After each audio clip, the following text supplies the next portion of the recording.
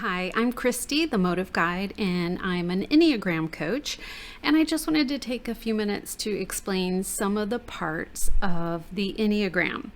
If you're new to the Enneagram or you know several things about it, you might feel like, wow, it's a very complicated tool. Well, there are a lot of different parts of the Enneagram and different layers, and it is kind of complicated, or it can be.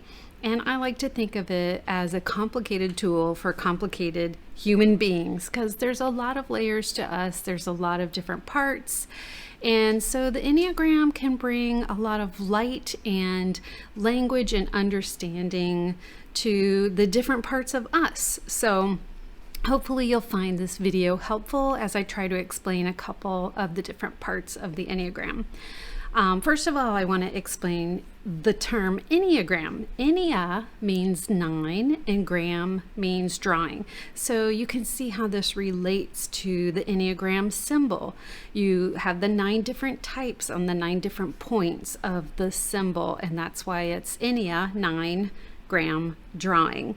And then the Enneagram is all about your core motivations, the why behind the why.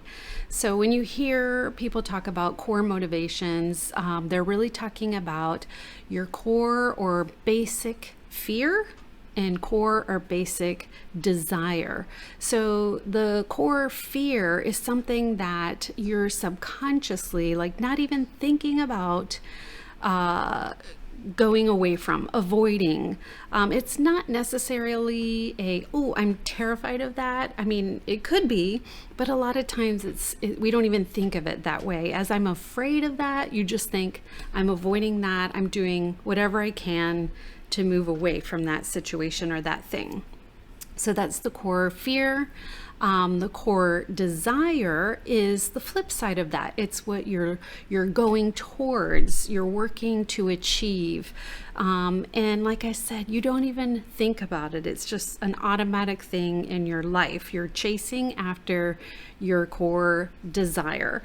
In the Enneagram, we also refer to something as the core weakness, or different Enneagram teachers will talk about it as a weakness or a vice or even a sin.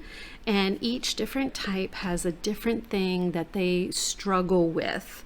And it's something that they're probably going to struggle with for the rest of our lives here on Earth. So that's what the core weakness is. It's just something that really can tangle you up and get you stuck in a rut for that particular type.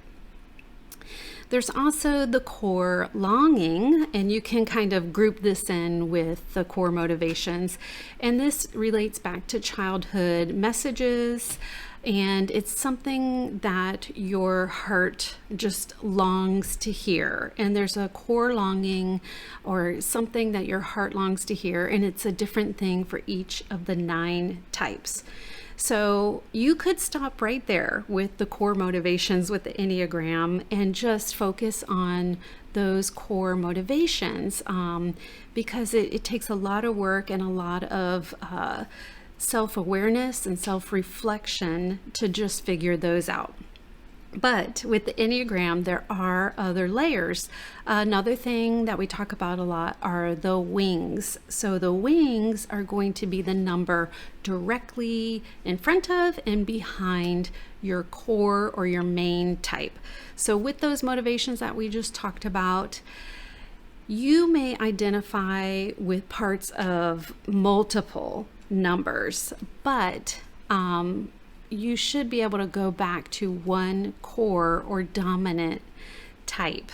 So this sometimes takes verbally processing with a coach or a good friend that's familiar with the Enneagram, but you will be able to find a dominant type. Now with that type, the wings are the numbers in front of and behind. So I I'm a type 2. I'm the helper, and my wings are a 1 and a 3. So wings just kind of add some spice of life. They add, just a variety to the main type. You'll always be your main type. Your motivations are going to be your main type, but some of your behaviors can dip into those different wings. And we'll do a whole nother video on wings. Okay, so after wings, we have levels of health. Now, several different Enneagram teachers have different ways of doing this. Some of them divide levels of health into even like 9 or 12 different levels. I like to keep it pretty simple though, and I do 3 different levels that I talk about, and that's the healthy level, the average level, and then there's unhealthy. Most of the time we're in the average level where we're just on autopilot and not even thinking about what we're doing. But with the Enneagram and learning to grow with it, we want to grow towards that healthy range. So what's great about learning the Enneagram is when we can learn the different layers of health or unhealth, we can start to recognize when we are getting unhealthy and kind of going off the path, and then we can steer back into a direction of greater health. So that's one thing you'll hear is the levels of health. Next, I want to talk about paths. So the paths are referring to the different lines from the different numbers to another on the Enneagram symbol. So I mentioned they do mean something. Every number has 2 different lines going to it and from it. And these are the different paths of the Enneagram. So one of them represents or is the stress path, and one's a blind spot path, one's a path for growth, and one is the converging path. So it sounds like a lot, but once you start learning about your main type, your dominant type, you can look into the different paths of stress and growth. And again, that is just to help you have greater self-awareness and then have those signals, learn about signals of when you are going unhealthy or going down a path of stress, and how you can take control of that and get back onto a healthy path or a growth path. After the paths, you have triads. So triads are different ways to group the Enneagram numbers, and probably the most popular triad that I've learned about is the Centers of Intelligence triad. So you've got numbers 8, 9, and 1. They are the gut triad or body triad, and this refers to our instincts. And so they make decisions and really operate out of this center of the gut or instincts. Then you've got numbers 2, 3, and 4, and they are in the heart, the feeling triad. And once again, I'm in this triad, so, without even thinking about it, I filter life experiences and make decisions through that filter of heart and feelings. And then you have the head or thinking triad, and they are 5, 6, and 7.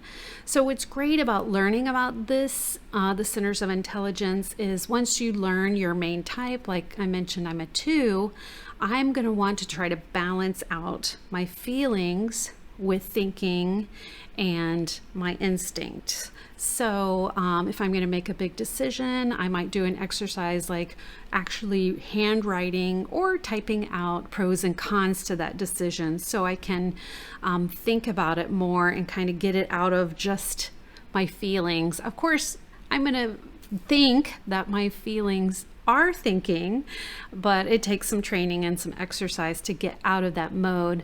I also have to practice paying more attention to my body in situations and what my body is telling me.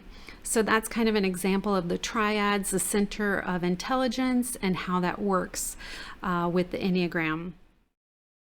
So you have triads and stances, and my favorite stance is the interpersonal coping style. And that just sounds really fancy, but it's another way to group 3 different numbers together that show some actions and some motivations in a similar manner.